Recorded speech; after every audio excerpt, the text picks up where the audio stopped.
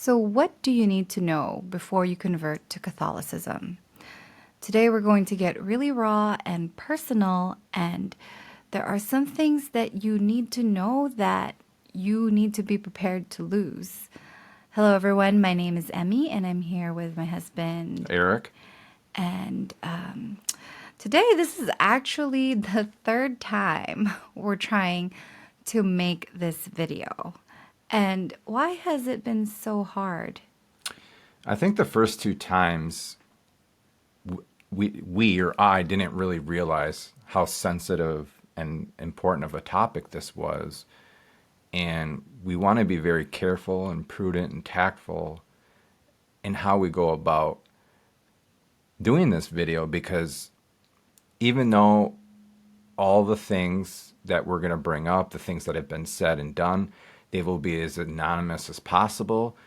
I think some people might be able to self-identify with what's being said, with what we're saying that was said about me during my conversion and after my conversion. So we want to be loving towards anyone and everyone that was involved in what made it so hard for me when I converted and afterwards. Can I be honest though? So I think we're doing this the third time because you are very aware of that. And so when I would ask questions, I feel like I don't know what's going on in your mind, but it's been hard to get straight answers out of you. Yes.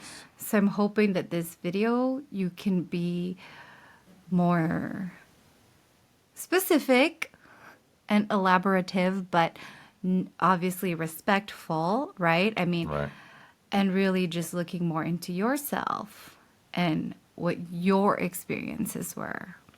Yep. I'll try not to cry. Really? You think you will cry?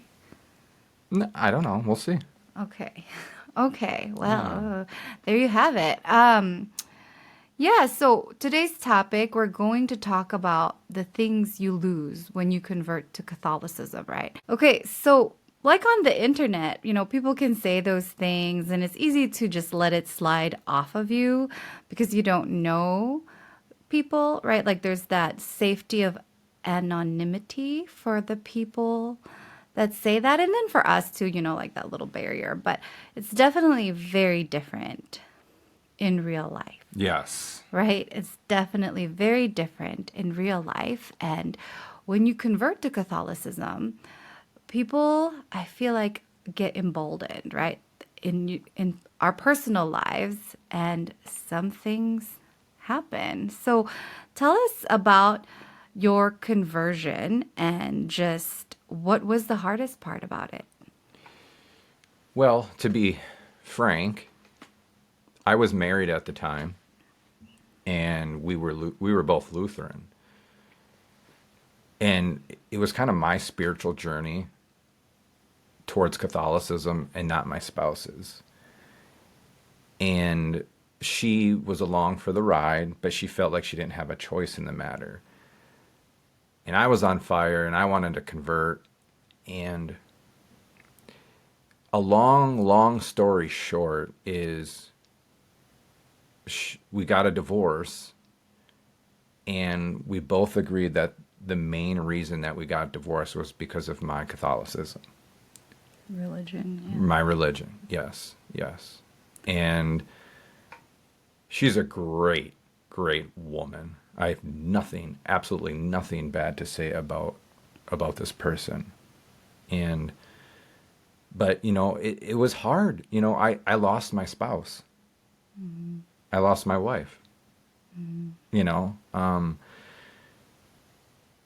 we both agreed that it was due to my Catholicism.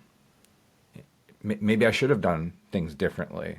Yeah, I was going to say, could you have handled it a little bit more delicately? I feel like, because I know the story, but we're not going to get into it Right, for right. this podcast. I feel like, definitely. So, this is one of those things that you need to know if you want to become Catholic, just like how we should handle the people around us with some delicacy. And I think, like, you were very much on fire about things and wanted to be very public about it, which we'll get into later. But do you have any regrets about how you handled that?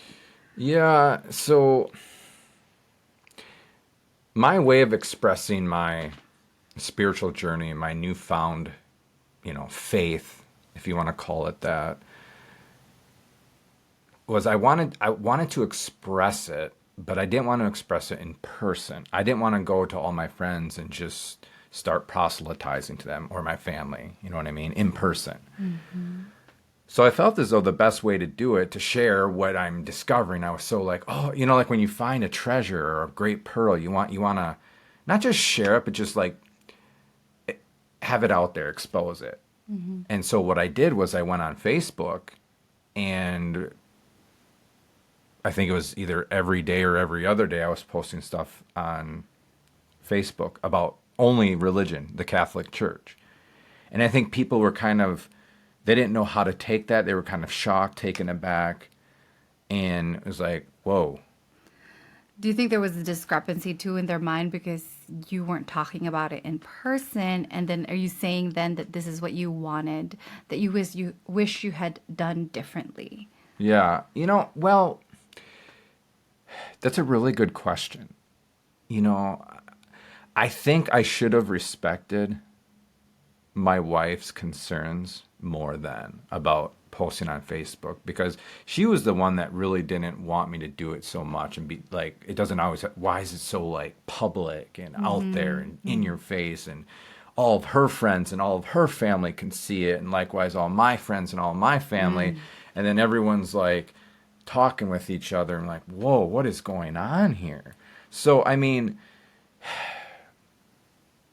I wanted to witness my faith by not shoving it down people's throat. And people will retort and say, "Well, you post it on Facebook every day." And that goes back to my thing where it's like, if you're on Facebook and you see someone posting all about religion, all about politics, all about their business, all about their family, you know what I mean? And it triggers you, it scandalizes you. You don't want to see this. You can unfollow, unfriend, or ignore it.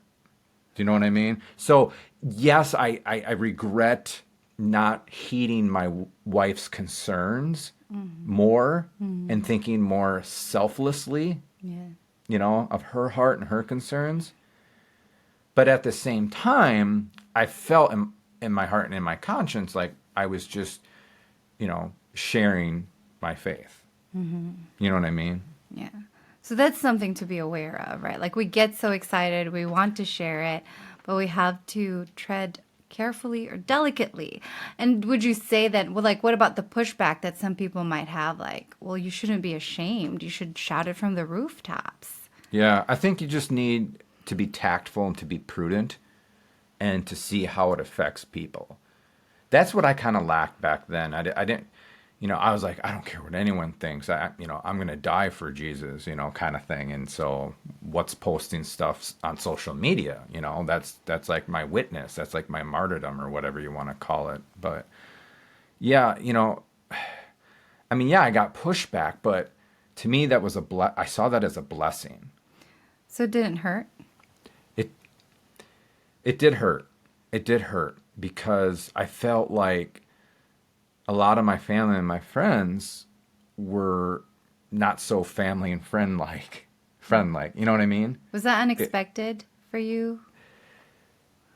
oh, absolutely. I had no idea what to expect when I started looking into the Catholic faith, and then I was getting more serious about it, and then I finally converted. I didn't know exactly how my family members and my friends were going to react. Did you anticipate though, like anything? Like, were you bracing yourself a little bit? Like, had you heard that there would be that kind of reaction, or were you like completely blindsided? Because, I mean, I remember one time you said like you felt like you were still the same Eric, but people would tell you, differently.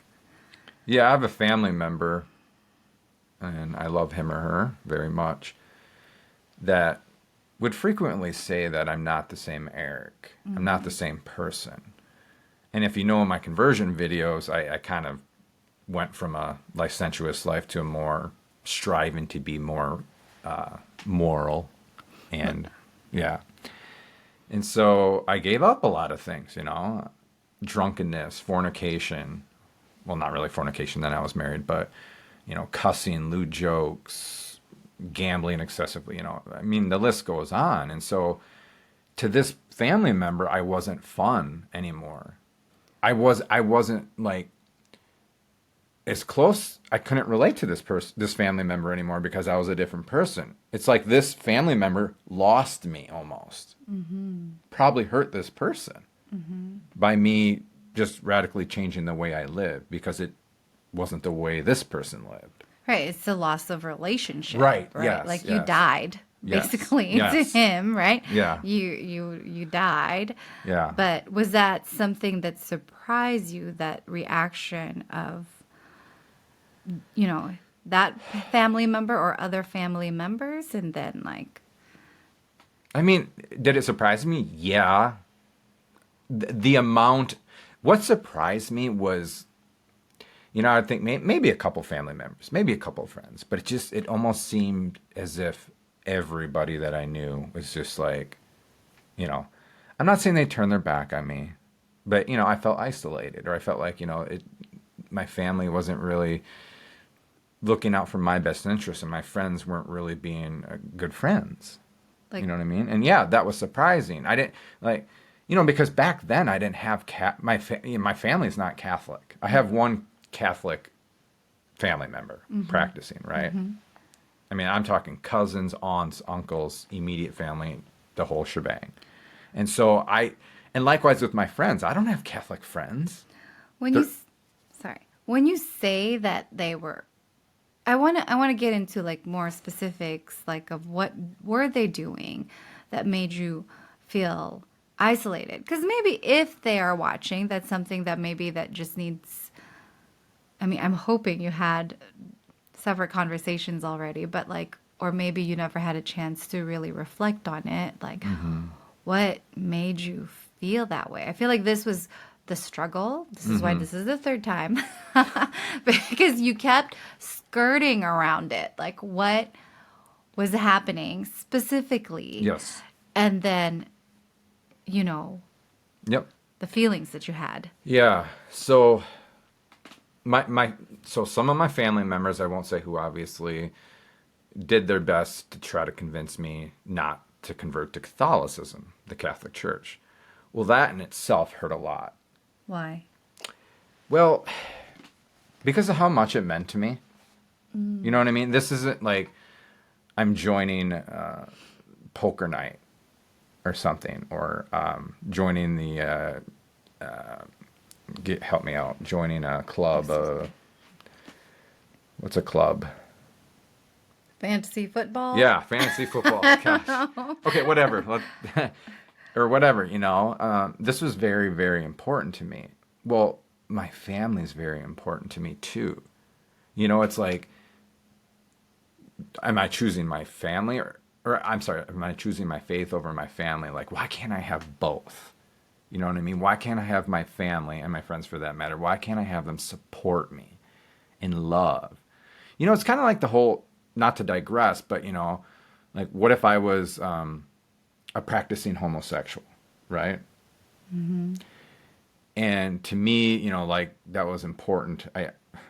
It's a hypothetical, and my family members just abandoned me, or, just treated me differently, or say, you can't do this, you can't do that. I know it's kind of apples to oranges, not the best analogy, but, it's like, why I wanted them to accept me for who I was and what I was trying to do, like how I was growing and maturing in my faith. You know what I mean? And yeah, that hurt. Another thing that hurt a lot was my friends. A few of my, I shouldn't say a lot, but a few of my friends were very antagonistic. Can you explain that Yeah, more absolutely. specifically? So as you know, I would post frequently on Facebook, and my friends would more or less attack me and my faith, my Catholic faith. They On would Facebook? On Facebook, yeah. Would they do it in person too? So here, that's a very good question. There was at least one friend. So, because I know we're being anonymous, but I also don't want to misrepresent the anonymity. There is at least one, maybe two friends. Like, when two or three of us were together in person, they would always crack jokes about the Catholic Church or like the practices or the doctrines or After you converted. Was it yeah, happening yeah. before? No, I think it was after. Okay. But yeah, and that still goes on till today. And you know, it hurts because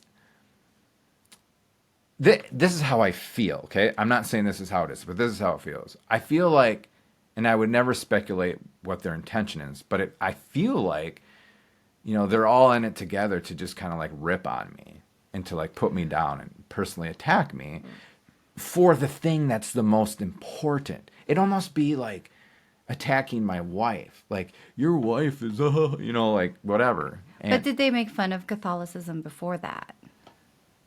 Before no, because I you? wasn't Catholic. So it's kind of like the past, right? You converting to Catholicism became the past to make fun of Catholicism. That's very interesting. Yeah. Like, you know, like now it's fair game because Eric is a Catholic.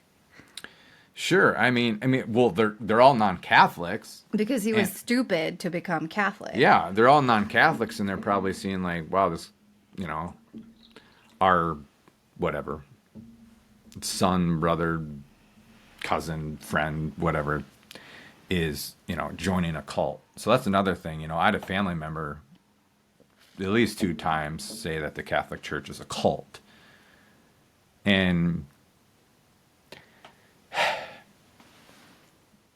again, yeah, it's hurtful, right?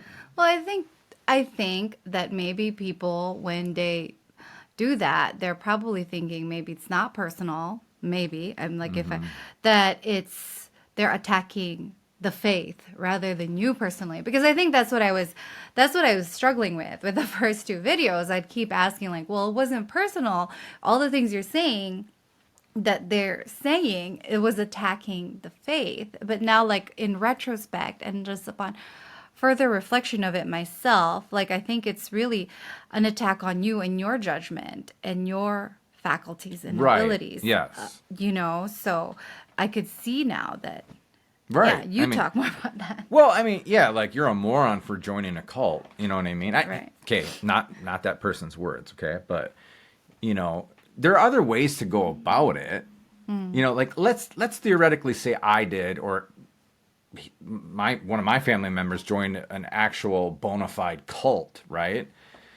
You know, I'm not going to go up to him and be like, your church or your whatever is a cult. If I really cared and loved this person and wanted this person not to be, you know, affiliated with this cult. You know what I mean? So by this family member saying you join, you know, your church is a cult, what's your intention? What are you trying to say? Like, are you just trying to voice your opinion? Are you trying to personally attack me? Are you projecting some insecurity onto me? I'm just throwing all that stuff out there, but it I mean, yeah, it hurt. Like I'm in a cult. Like basically this person called me like David Koresh, you know, like But okay, so here's the thing, a little pushback. mhm. I'm losing my train of thought. Okay, first, I think there's credit to like that these people did it to your face, Yes, this was instead to of my just face. right. Like, I mean, good and bad, but at least they weren't afraid to Yeah. tell you what they really thought. But maybe in a way, it was an invitation to explain yourself. Like, did you actually? I feel like too, this was my struggle. Like, I feel like maybe you, and I'm not in your shoes, and Mhm. I'm sure it was like a really difficult, intense time emotionally, Mhm. even though you don't like talk about it. But I just feel like there were some opportunities missed to just ask, why do you say that? Or what do you mean by that? Or let's talk about this. Would it have been too tense and you felt like you needed to just cool it? Or like why did you never push back in person? So, yes and no, you're right and you're wrong. So, if that makes sense. Yeah, sure. So, it has to do with the context. It's got to be prudent. You know what I mean? It's got to be the right opportunity and the right time to push back or to have and engage in a discussion or to, you know, like, why do you think the Catholic Church is a cult? So, my experience has been when I do try to engage in a conversation by asking questions and trying to clarify, like, well, why do you feel this way or why are you calling my church a cult?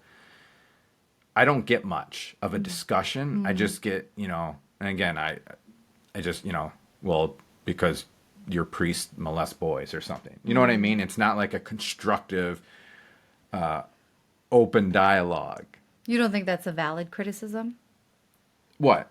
That priests have molested? Absolutely. But I'm just giving you an example. Like when when I try to engage and I try to give a defense, you know what I mean?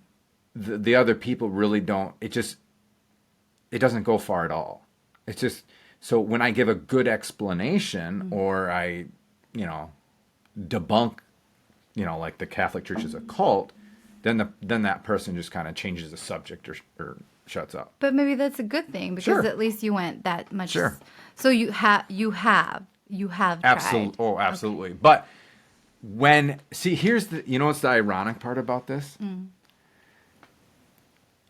I don't talk about my faith or the Catholic Church in person with non-Catholic family and friends unless they bring it up. And morality for that matter, stuff with morals, right? And if they bring it up, it's like game on. Let's go. I mean, I'll do it lovingly and constructively. You know what I mean? Here's the ironic thing. There is a person in my life, and I'm not even kidding, that brings up my faith in the Catholic Church more than I ever have. Oh, okay. So, to criticize it and to say, blah, blah, blah, it's, messed you up or changed you or whatever. It's so ironic because I don't ever talk about it with this person. Why are you bringing it up all the time? Why don't you ask?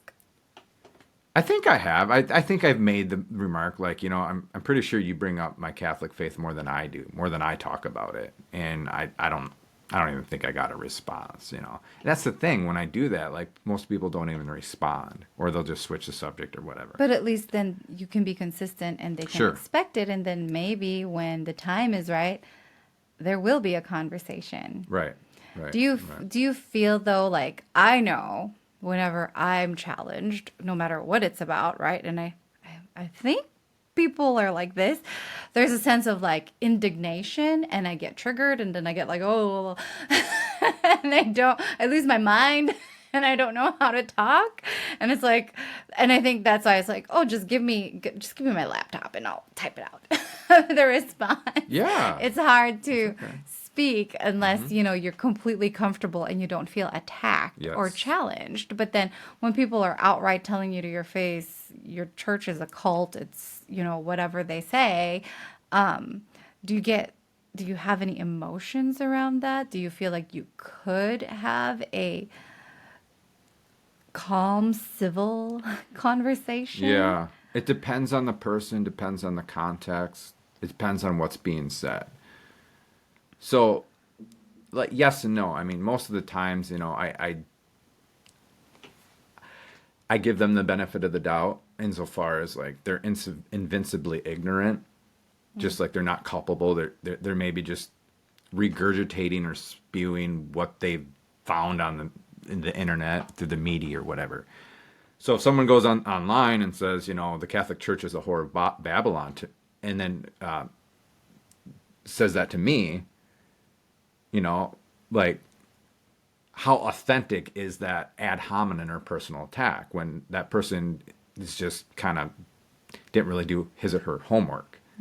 It's just saying stuff like, all the anti-Catholic rhetoric. There's so much out there. And I think a lot of people just, they don't know any better. They haven't done their homework. And so they just like, oh, yeah, the Catholic Church must be the whore of Babylon. They must worship Mary and the Pope is Antichrist.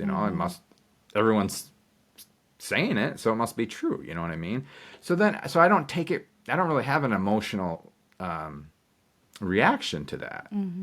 However, I do feel, and it's interesting because when we were talking before, when some of my friends and family members get together and we're all doing something, and they'll just be cracking jokes about the Catholic Church or the Pope or what have you. To your face? No. Okay. Just like, yes and no. Like, to my face, but then, just to each other, but they're doing it to each other knowing that I can hear them. So it's like, what is their intention? They're ganging up on me by just not ganging up on me, because they're not like coming at Passive me. aggressive. Yes. Minnesota passive aggressive. Yeah, no, for real. Like, it's happened multiple times. And And you don't call it out. Be like, I can hear you. You guys want to talk? I don't know. again, it depends on what they're saying.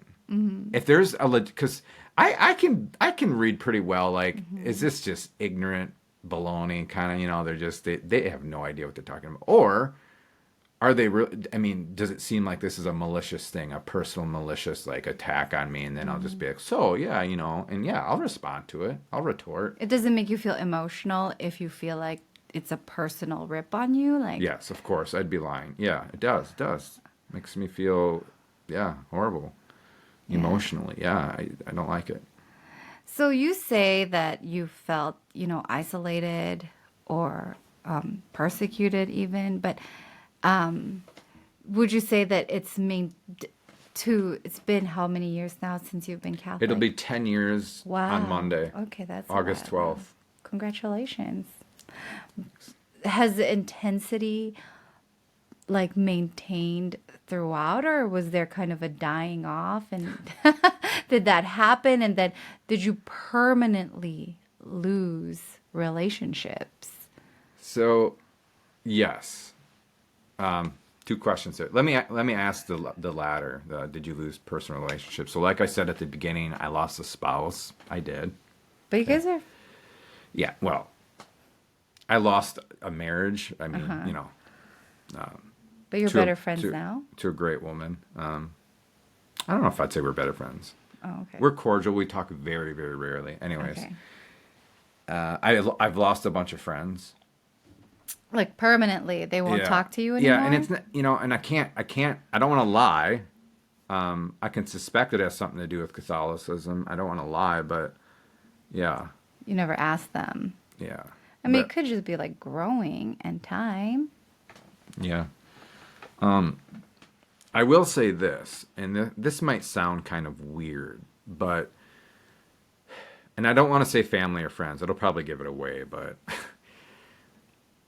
I do feel like I've lost relationships, not in an external sense. You know what I mean? Not like I'm never going to talk to you again. I'm never going to be around you again, but just like that closeness, that heart to heart, that kind of being of the same mind, or like tight knit solidarity, and that hurts. That hurt, and it continues to hurt. So, your former question. So, this is a good segue. So, it was either during my conversion or after my conversion. A family member and a friend. I don't know what the right word is. When people say lack of a better term, Yeah. that just means lack of, I don't know the word. Yeah. But yeah, I don't, they plotted, or, again, I'm not going to judge or speculate intentions, but they planned an intervention for me, for my, But like, how do you know? I know. Okay. I know. I can't get into that. But I Okay. know it's been substantiated. So, because if I say it will give, yeah. So yeah, an intervention was planned for me, like the show Intervention, right? With drug addicts and hoarders and all that stuff. And yeah, so, and I can't speculate the intention or the motive, but it's like, what, so they wanted an intervention, right? Like, I needed help. So what was the help that I needed by converting to Catholicism? Or was it, I mean, couldn't they just be like, can you just tone it down a notch? And if I don't, like, it's not, here's the thing, right? The Catholic Church is a cult rhetoric. It's not like I was locking myself in my room for 3 months and I was having, children by 13 different women, that cultish behavior and the cultish characteristics. I wasn't doing heroin. what is it about, it's like, okay, well, what is it about the Catholic Church that is cultish that you need an intervention on me? That's what I never understood. So yeah, it hurt. It hurt that these people wanted to do an intervention on me. It like, it kind of dehumanized me. Really? Or yeah, like, my conversion of the Catholic faith wasn't adequate, or it wasn't noble, or it was actually a really big problem, that it was like doing harm to me. And Because like that's, go ahead. you didn't have the mental capacity to judge for yourself as an adult. Well, of course. What? Yeah. No, I mean Yeah. like that's kind of like the thought. But I mean that happens every day, or to many families where there's an adult member that in the eyes of the majority seem to be not doing well or choosing a bad decision, and they don't know why, and but they care about this person and they want to do what they think is best for that person. So I mean, it could really have been coming from a place of love. Do you think it was coming from a place of love? I don't know. Again, suspecting. I mean, think about it, Emmy. I'm converting to a Christian church. No matter how much you hate it, no matter, if you think it's of the devil or whatever. I mean, what, no, no, no, no. What am I personally doing? What am I personally doing that's harming myself emotionally, mentally, physically? You know what I mean? Like, what is it? Because, like, if I had a family member convert to the Mormon or Jehovah's Witness faith, I wouldn't get an intervention. But to me, they're extreme and radical in an inordinate way. Not to put them down, but, just not going around knocking on people's door and Well, maybe we need to do more of and, that. and polygamy with the Okay. Mormon. You know what I'm Not saying? all of them are polygamous. Okay, not all of them are Okay. polygamous. I'm just saying polygamy Not a is thing. permissible, right? In certain sects of the LDS, I don't know. Well, I wasn't engaging in polygamy, okay? Okay. You know what I mean? And I wasn't planning on killing myself because a comet's coming by, and I want the comet to pick me up. To their credit, I think that anti-Catholic rhetoric is so pervasive, and even the, people in authority who identify as Catholics are like, oh yeah, I mean, it's just a label. But if you're really going to follow it, like practice it well, then you're out of your mind. So kind of thing. So in a way, they're kind of more poster child for anti-Catholicism. But I just feel like, and there's so much unknown because there is so much to our theology, because I mean, you can't just, I feel like there's this term that I had, Protestant friends in college would say, God dumbed it down to this little book, Oh, the Just- Bible? yeah, yeah. Oh. So it's just like, okay. Dumbed it down. Like, I'm sorry, but the Bible is not clear. It's obscure. I know, but I mean, it's just, but so the Catholic faith, like, is contrasting to that idea, right? Like, I think the line of it is simple and it's whole and it's clear and it's logical, but then there's all these things because we're trying to apply life and the real world, and real questions to it. So it gets like, seems so legalistic and ritualistic. Yeah, and I of think there's so course. much unknown. So it does, I think, to people unfamiliar to it, come off as cultish. But I think, yeah, you're right. Like, you weren't doing those things, at least not No. yet. No. I'm just kidding. Yeah, okay. I was like, actually, we are in a cult. Candles and praying next to statues, praying to statues. Oh, yeah. Candles. Wait, where did that come from? I remember that. Yeah. Candles, it's okay to light a candle. Just because pagans did it doesn't mean, like, we can't light a candle and pray. And likewise with the statue. No one's praying to a statue. It's just a statue to give us an image to... Because we're human. We're created with senses. Yeah, exactly. That's all it And- is. Yeah, and I love that part in the mass where like, may the smell of these incense rise up to you like our prayers, oh God. Yeah, it comes from Revelation, the book Yeah. of Revelation. Yeah. Okay, so we've been talking a lot about like people close to you and the relationships you've lost and Right. even permanently lost, like the status or those close bonds. I actually had a question about that. Yeah. Do you think I should Yeah. ask? Yeah. If it's, yeah. So did you anticipate that? And do you think it's coming more from your side, like that that the other part of that the other person in that relationship just can't relate to you anymore, or you can't relate to them? And I mean, obviously the trigger was your change, right? But could the relationship maintain its intimacy with you having changed? Or was there like a pulling away from one person or the other? Does that make sense?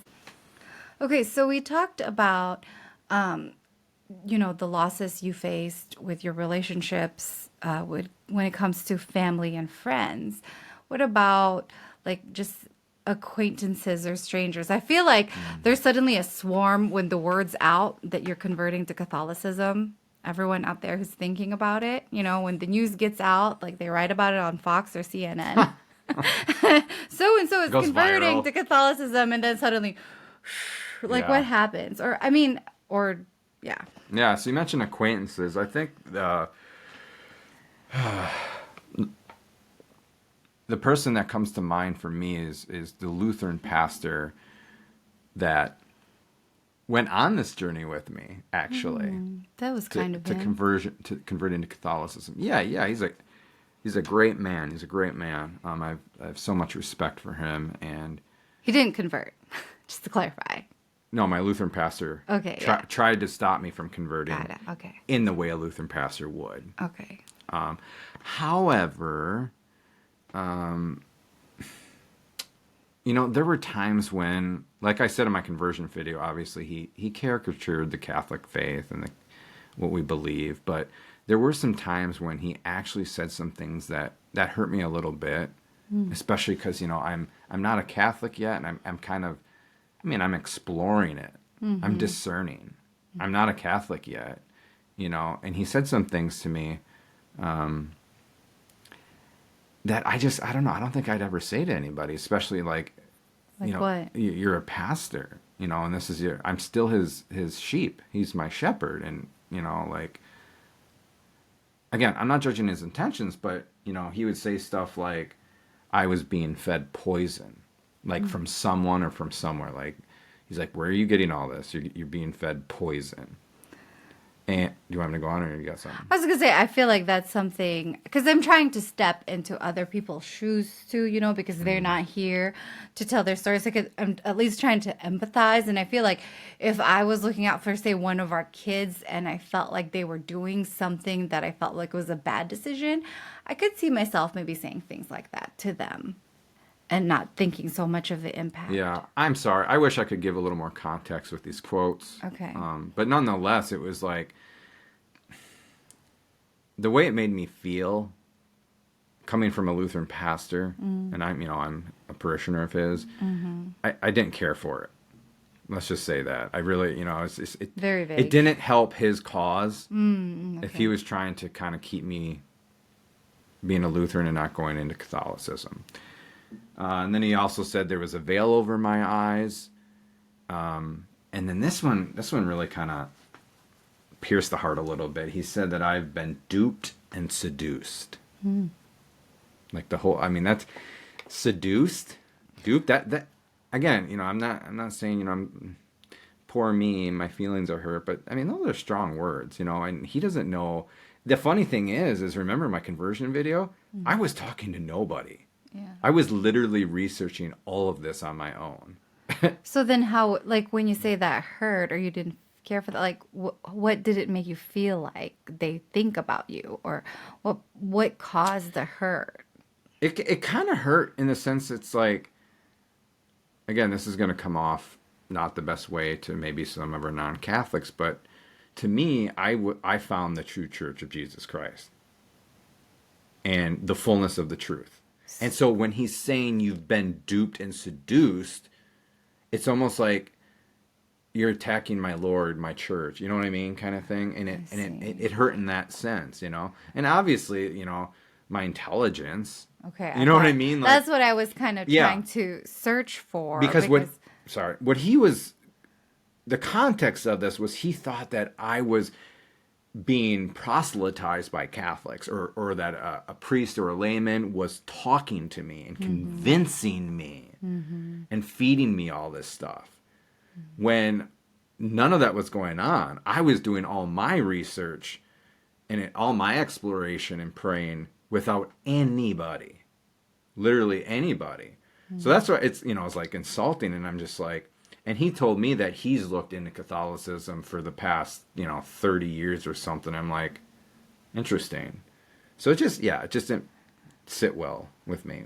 So this one's a little off topic, I guess, but like, do you think that there could have been any, like, if someone had been more knowledgeable about the Catholic faith Mm-hmm. and had been respectful of your journey, Mm-hmm. do you think it would have delayed or even stopped your conversion because they were walking with you in a compassionate manner and in a knowledgeable manner without just caricatures of the church, but actually bringing up valid points, but also knowing what the Catholic Church says about itself, not what other people say about the church that are not Yeah, Catholic? well, you know how ironic that is?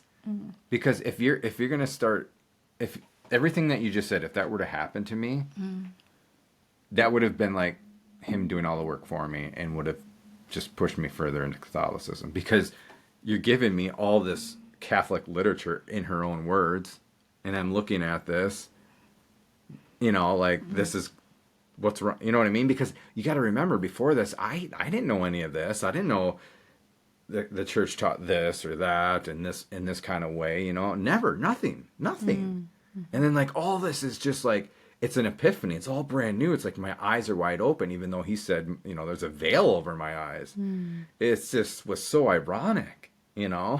So, I mean, yeah, if someone was, I mean, he was charitable. He was. Mm-hmm. I had three negative things that I brought up that he said towards me, but Over. for the most part, Mm-hmm. he was just being a Lutheran pastor, and he was trying to keep me from converting. So, but For the yeah, sake of your soul, out of love. sure, yeah, I give him the No, benefit of yeah, the doubt. no, I mean, Absolutely. I'm saying that seriously. Yeah, I'm Yeah, not. yeah, Yeah. yeah. It's interesting because so my that's pretty much my conversion. So like, well, what about the next 9 to 10 years, right? Right, right. That's ebbed and flowed with my What with what my has family and friends. So like the personal attacks, the ad hominems, the it's still caricatures. happening? Oh, of course, Oh. absolutely, absolutely. So real quick, there was a time right after my conversion when I was still posting stuff on Facebook, and I would discourse with friends that I went to college with, Mm-hmm. and they happen to be Lutheran pastors. Mm-hmm. Great guys, I love them all, and it was more or less them just commenting on my Facebook. I don't remember really doing much on there. So, I'd post something Catholic, and they would come in and they just, barrage my, just all these, and there were like 5 or 6 of them, all related, and just attacking the faith and using ad hominems. Um, and when this is happening on social media, like, does it hurt? I know these guys, so sometimes it did. I'm not gonna lie, sometimes it did, and I hurt for them. When they would say stuff like this. For instance, I had a Lutheran pastor. I don't know I can't give you the context, but he just straight up said, "Eric, you're a heretic." Like, okay. Was it leading up to that, and then there was like a belief that you stated that made him that he thought was heresy? No, no. Oh. I called him out on something, and again, I don't want to say like, "Oh, I proved him wrong," and blah blah. I'm Mm-hmm. not like that, but I challenged him, and I think I gave a good argument. And what do you do when you lose? You go to ad hominems. I'm not saying he did that, but nonetheless, he's like, "Eric, you're a heretic." Mm. Again, different Lutheran pastor. We were talking about Lutheran theology, and again, I must have said something and challenged him, and maybe proved him wrong. I don't know, but he said, "You're demon possessed." Mm. You know what I said after What that? did you say? I said, that's the best compliment I ever got because that's what the Pharisees said about Jesus. Oh gosh, just so cheeky and not helpful. Well, yeah, cheeky. Cheeky. I wouldn't say that was, see, that's not an ad hominem, but that's cheeky. Like, that's what I do. So people call me heretics, and I'll either just, usually I'll just say nothing because it doesn't deserve a response. But sometimes I'll be like, I mean, that was perfect opportunity. You basically labeling me as someone like Jesus, demon Mm. possessed. Hey, I just wanted to edit this in real quick. I omitted it in our initial interview, and there were two comments made to me that were very, very stark, heavy duty, harsh, borderline hostile. And these were from two people that I personally know. One I went to high school with, one I went to college with. And I know them still to this day, and I'm friends with one of them until this day, and the other one, somewhat friends. So this comment, I don't know, was made maybe 7 years ago, so it was after my conversion. And the context was I posted something about private revelation, and this person was arguing with me about private revelation and how it's garbage and how we shouldn't accept it. And I said, well, we do accept it. So this person said, and you can read with me on the screen, quote, Eric, you are not a Christian. You deny the work of Christ. You persecute him. If you do not repent, he is going to sentence you to hell forever, and all your feigned devotion will stink forever in your nose, just as it stinks now in the nose of God. There will be weeping and gnashing of teeth. That is reality. The Pope that first anathematized me for believing the promise of the Lord Jesus Christ is already in hell. He won't get out, but he, like the rich man, would have you warned by miracles and enthusiastic visions to avoid that place of torment. But he thinks like a damned soul. Abraham directs us to Moses and the prophets. You mock them. You mock those who are truly poor in spirit, who rely on God's word, and, like Lazarus, find refuge in the promises of God in Abraham's bosom. You are like your fathers, a child of the devil. He is a liar. That is how he murders. If you will not regard the Holy Scripture as the sole source and norm of Christian doctrine, there is no way you will learn to repent and be saved, end quote. So this cut to the heart because I know this person personally. And we're talking about hell and being sentenced to hell forever, okay? This isn't merely attacking my faith or the Catholic Church. It's attacking the way I live my faith, and it's putting my name to it. So this was probably one of the most astonishing comments that I've ever received from someone I know regarding me and my Catholic faith.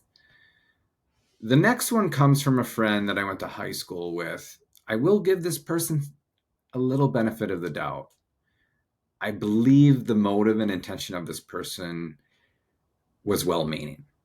However, I still think it kind of expresses the severity of what and how Catholics, what they go through when converting and living as a Catholic.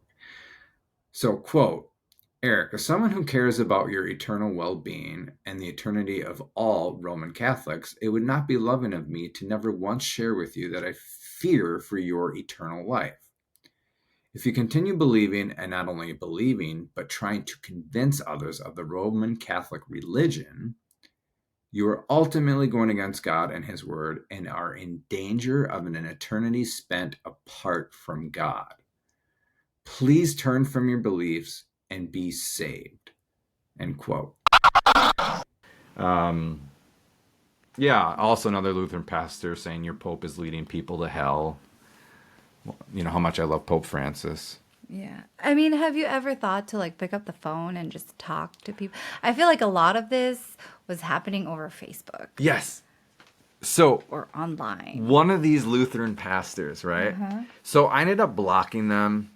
No, I did. Why did I block these guys? It wasn't because I was like, oh no, I can't handle this. I just felt like it was hurting them more than me, and I didn't want to give them the opportunity to dig themselves into their own hole or whatever you call it. So I blocked them all. Well, for some weird reason, I unblocked them. I just did. I don't know why. Like, Because you were like, let's bury the hatchet, want to be friends. yeah, many years later, I think I just unblocked You were everyone. like, Yeah. I need a good conversation. No, I really didn't. But anyways, so I reached out to one of them via Messenger, Oh, right? you reached out. And it was the most loving, fruitful conversation you could ever I'm so imagine. glad. Oh my gosh, it was so good. And I jokingly said, like, so no more debating on Facebook anymore, because that's all we used to do. Mm-hmm. And he said something really good that caters to your question. He said, "No, I'm only on here for marketplace because that whole debating stuff and all that it lacks the personal connection. It lacks that face to, or like the phone call. It's like it's so, Yeah. what's that called? Lack of personal. I don't know the word. Like you dehumanize the person because you can't see them, just like the comment section Yeah. sometimes. It's hard to be civil because you can't see them. Yeah. You're not sitting in front of them. You don't see their face and they're just like a computer screen. Right. Yeah. And he said that, and I was just like, man, because folks will know that I have a knack for whatever you want to call it, discoursing, debating. Like you have a love for it. Yeah, but in a charitable, fruitful, constructive way. I don't want to go on just to prove people wrong with and have ad hominems coming at them and all that stuff. So, It's also nice, I feel like, when we engage in those conversations, I learn more about my faith and it actually helps me, like, it convicts me because then it's like, oh, I didn't know that about that. Let me look into it. And it's like, oh, that makes sense. Or I feel like, we're always open to having it tested, validly challenged, not just like, your church is the whore of Babylon yeah, kind of we bring thing. that one up a lot. I know. I just There are a like lot of other ones. this Trust me. baggage from college. Yeah. So, But yeah. So I brought it up. This is what we said real quickly. So I said to him, "You sure you didn't rejoin Facebook to debate theology?" Mm.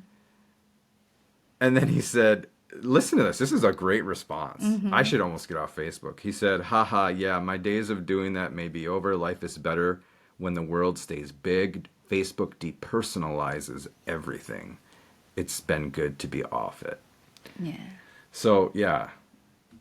Yeah, I'm glad. Yeah, we got to reconnect after. I mean, we duked it out hardcore a lot, but no, but yeah, I had a lot of backlash from Lutherans, on my Facebook. I mean, again, it seems trivial, but some of it hurt a little bit. Do you think if you stopped posting publicly about your Catholic faith that the persecution would stop, especially from like family and friends?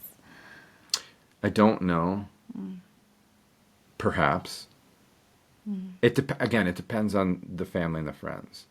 It really does. It really depends on the family and friends because I believe that there are a family member or members or member or whatever that it's more the way I live and my way of life than it is me being a Catholic and posting Catholic stuff. You know What what I mean? happens if you were to block them so they don't see it anymore? I don't know. Okay. Maybe I should. I don't know. But then that goes back to just unfollow or unfriend it if you don't like it. I don't know.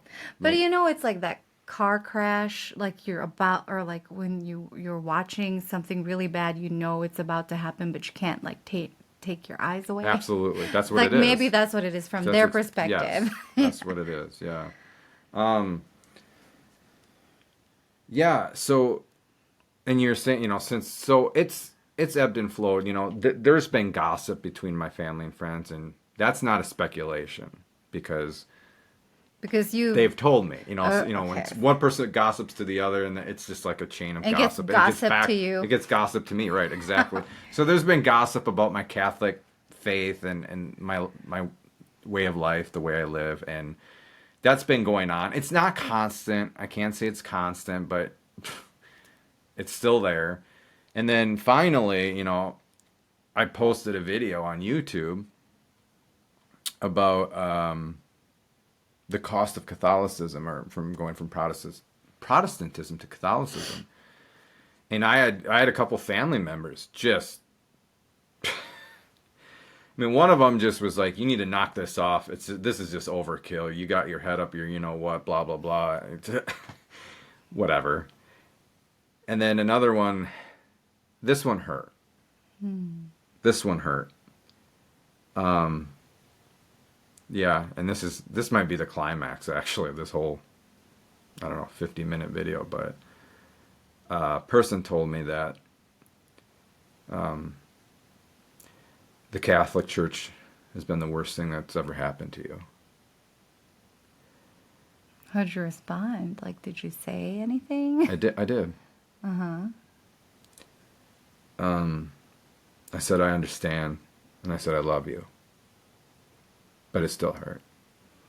You should have just asked why, or said, you know, it was a rough previous year, and...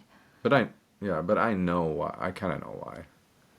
There's no, I mean, this person that I know, obviously, I know. This isn't like the first. I feel like sometimes when people say things like that, it's an invitation to just like, what's on your mind? Or, you know, like, you're saying those things because there's something more maybe that you want to tell me. Yeah, again, like I said, it depends on the person. I know this person, and Yeah. this isn't the first time, and I know what I would get. So Okay. that's why I said, you know, some of you might be like, wow, you have no backbone. I understand. I love you. No, I understand in the sense, because if you don't have the eyes and the mind or the perspective, but you have that perspective, then I understand why you say that and how you feel. You know what I mean? I wonder if they would make as much fun of it if like you'd become Hindu or something, or you know, like something also just as foreign, some Far East religion that's not a fad, you know, where that's not. I wonder. I just wonder. It could be, but again, Maybe like a the- Mormon or the- Jehovah Witness. yeah, I don't know. This isn't a secret. The Catholic Church is the most hated thing by the world. That's not a secret, and that's not to like undermine other churches' faiths or denominations. I'm sorry, but You wear it like a badge of honor. That Yeah, is the most hated thing in the world. well, okay. Here's the thing: when I was a Protestant, when I was a Lutheran, right, 23, 25 years, my math, I don't know what's going on, and I'm going by my memory, so I don't want to lie. But to my memory, in those 25 years, do you know how many times I've been personally attacked for my Lutheran that I was personally attacked for my Lutheran faith, way of anything? You were in Lutheran bubble. Not necessarily. Oh, okay. No. If anything, I'm in a Catholic bubble. Well, outside of my, yeah. Anyways, I was not. No, Protestants. Mm-hmm. And how many people in my family are Lutheran? Not very many. Right. You know what I mean? Okay, So I don't you were- really have a Lutheran bubble. Yeah. But I'm You're in a just Protestant saying, bubble. I was never afraid to wear my Lutheran faith on my sleeve. Okay, I will grant you, I will concede, I wasn't posting every day Martin Luther quotes or Bible passages. I did. But I never got like this contempt and just Am I? stark hatred, or not hatred, but like just all these attacks as a Protestant. I just didn't. Yeah. Fulton Sheen, maybe this is where we should end. Fulton Sheen, he's a Catholic archbishop. He's venerable. He said if he wasn't Catholic and he wanted to find the church that Jesus Christ founded, he would look for the church that the world hated the most. So take it up with him. But that's been my experience. If you want to blame it because I'm striving to be pious and I'm not afraid to share it on Facebook, yeah, unfriend me or unfollow me, you know, if it really bugs you that much. But yeah, I've lived the persecution. Jesus says, if they hated me, they will hate you. That is Catholicism. If you're striving to be a pious Catholic, and you want, if you don't want to be hated or persecuted, don't. Become Catholic. Yeah. Yeah. I'm not saying other Christians don't get persecuted, but I'm just saying, like, as a whole, for like 2,000 years. Great. Well, that was. Thank you for sharing. I mean, I think there's so much more I'd want to say, like just, the perceptions of Catholicism in the world and where that came from. And anyway, that's it for today. Thanks for joining us. The last thing was if people actually were saying those things to you because they care about you, and they just, what should they do? And they're like afraid for you that you're just so Catholic. Oh, What yeah. should they do? Yeah. And because they truly care and they're like, this bat crazy kid Yeah. person is, gonna lose his soul. Absolutely. I would actually respect that, even if they thought that about me. I would respect that so much because the care and the intention is genuine and sincere, So right? what should they do instead of knock it off? It's okay. We got to sit down face to face. So forget Facebook, Messenger, even a phone call. Like, if we can, sit down face to face. Let's have a cordial conversation. And it wouldn't happen just one time, right? Sure. It's like a journey. Sure. Let's work through this together, where you can see where I'm coming from, and I can see where you're coming from. If your concern is sincere and comes from love, you know what I mean? I don't want to speculate that it's not. But yeah, it's got to be like a sit down face to face multiple times. Let's hash it out charitably. But if you're just annoyed, it's okay. He won't be offended if you block him. No. Okay. Oh, I told someone the other day, I have 450 Facebook friends. I'm sure half have unfollowed me. Yeah. That's okay. Well, Facebook doesn't even show. Like, I get a handful of my friends, and then sometimes I'm like, oh, what is so-and-so up to? And I look, but, I mean, I should just call them. Yeah. That's why, Facebook dehumanizes. But also, like, it's nice for busy people because you're like, oh, yeah, like, I know they've had their third kid or something. I'll send a card. Well, I'll share with you real quick. So, yeah. So I would agree with that Lutheran pastor. Facebook depersonalizes everything. It's a virtual thing. It's not, you can't, it's not a face-to-face. It's not, like, real in a sense. However, I have posted some of these videos, and I got, and this sparked a conversation between a friend of mine and I, that I haven't really talked to for 14 years. And we sat down face to face and talked about it. And he loves listening to these videos. That's and he's great. like, make more of them. Right. So, I mean, yeah, Facebook, it's kind of like dog's vomit. But at the same time, I love Marketplace. I Right. love Marketplace. Oh, I don't know what that is. That looks It's a like... cast iron teapot. I'm so excited. Yeah. Okay. Anyways, materialism. But Keeps your tea hot. yeah. But yeah, Facebook isn't bad in and of itself. You just, don't idolize it and just use it for good. I don't know. Yeah. Right. Great. Okay. Well, thanks for joining us. Maybe sometime we can schedule a cup of tea with you where it's a conversation. Oh my gosh, that would be so fun to do a conversation via video like this with anyone about this But like stuff. we need to see your face because You're it's right. so easy to hide behind, Right. but Yeah. where it's like a conversation. Okay. Yep. All right. Well, we hope you have a great week. We'll see you next time. All right. God bless you. Bye. Bye.